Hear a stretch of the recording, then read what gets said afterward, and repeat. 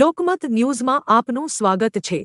ગુજરાત પ્રદેશ કોંગ્રેસ સમિતિ અને all India Congress સમિતિના માર્ગદર્શન હેઠળ વડોદરા જિલ્લા પંચાયતની આવનારી ચૂંટણી માટે ઉમેદવારોની પસંદગી પ્રક્રિયા આજે યોજાઈ રહી છે। આ અંતર્ગત સેન્સ પ્રક્રિયા બપોરે 1 વાગ્યે વડોદરા સર્કિટ હાઉસ ખાતે શરૂ થશે, જેમાં ચૂંટણી લડવા ઇચ્છુક ઉમેદવારો પોતાની દાવેદારી રજૂ કરશે। ગુજરાત પ્રદેશ કોંગ્રેસ સમિતિના નિરીક્ષક તરીકે બિલભાઈ શાહ અને સંદીપભાઈ માંગરોલ ખાસ હાજર રહી ઉમેદવારોને સાંભળશે। તાલુકાવાર સમયપત્રક મુજબ બપોરે 1 વાગ્યે પાદરા, 1:30 વાગ્યે ડભોઈ, 2 વાગ્યે શિનોર, 2 વાગીને 15 મિનિટ વાગ્યે કરજણ, 2 વાગીને 30 મિનિટ વાગ્યે સાવલી, 3 વાગ્યે ડેસર, 3 વાગીને 15 મિનિટ વાગ્યે વાઘોડિયા અને 3 વાગીને 30 મિનિટ વાગ્યે વડોદરા ગ્રામ્યના ઉમેદવારોને બોલાવવામાં આવ્યા છે। આ પ્રક્રિયા ચૂંટણી પહેલા ઉમેદવારોની પસંદગી માટે ખૂબ જ મહત્વપૂર્ણ માનવામાં આવી રહી છે।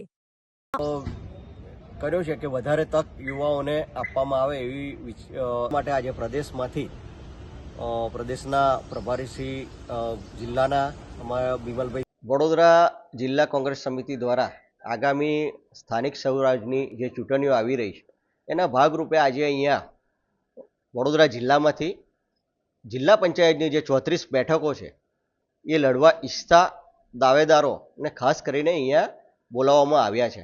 આજે અહીંયા એમને સાંભળવા માટે પ્રદેશ કક્ષાએથી જે જિલ્લામાં પ્રભારીશ્રીઓ મૂક્યા છે, શ્રી બિમલભાઈ શાહ અને સંદીપભાઈ માંગરોલા, આજે એ લોકો એમની સમક્ષ જે દાવેદારો છે, જે દાવેદારી કરવા ઈચ્છે છે, જિલ્લા પંચાયતની ચૂંટણી લડવા ઈચ્છુક જે લોકો છે, એ પોતાની વાત પ્રદેશમાંથી આવેલા પ્રભારીશ્રી સમક્ષ મૂકશે અને પોતાની દાવેદારી રજૂ કરશે।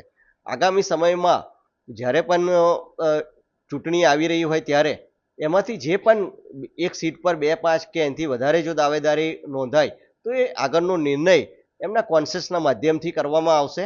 અને આ વખતે લગભગ પાર્ટીનો પણ એક નિર્દેશ છે કે 50% કરતાંની આસપાસ ટિકિટો યુવાઓને તક મળે, જેથી કરીને સારું એવું નેતૃત્વ પાર્ટીને પણ મળી શકે, એટલે એ દિશામાં પણ કાર્યવાહી એમને સાંભળીને કરવામાં આવશે। જિલ્લાના 8 તાલુકામાંથી જે 34 બેઠકો છે એ તમામ બેઠકોમાંથી લોકો અહીંયા આવ્યા છે।